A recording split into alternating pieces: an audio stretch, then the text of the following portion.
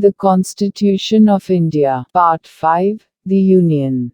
Chapter 2. Parliament. Disqualifications of members. Article 101. Vacation of seats. 1. No person shall be a member of both Houses of Parliament. And, provision shall be made by Parliament, by law, for the vacation by a person, who is chosen a member of both Houses of his seat, in one House, or the other. 2. No person shall be a member both of Parliament and of a House of the Legislature of a state.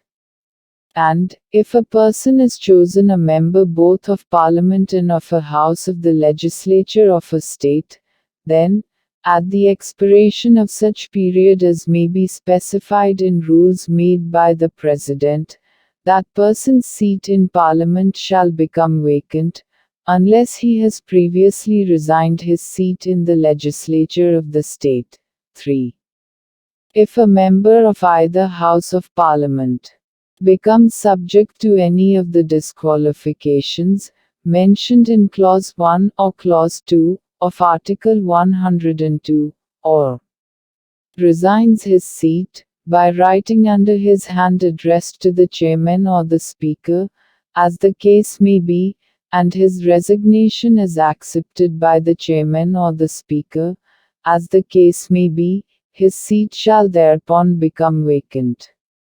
Provided that, in the case of any resignation referred to in sub-clause B, if, from information received or otherwise, and, after making such inquiry, as he thinks fit, the Chairman or the Speaker, as the case may be, is satisfied that such resignation is not voluntary or genuine, he shall not accept such resignation.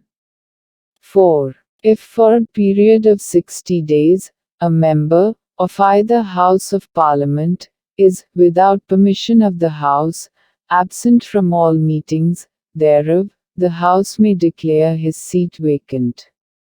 Provided that, in computing the said period of 60 days, no account shall be taken, of any period, during which, the House is prorogued, or is adjourned for more than 4 consecutive days.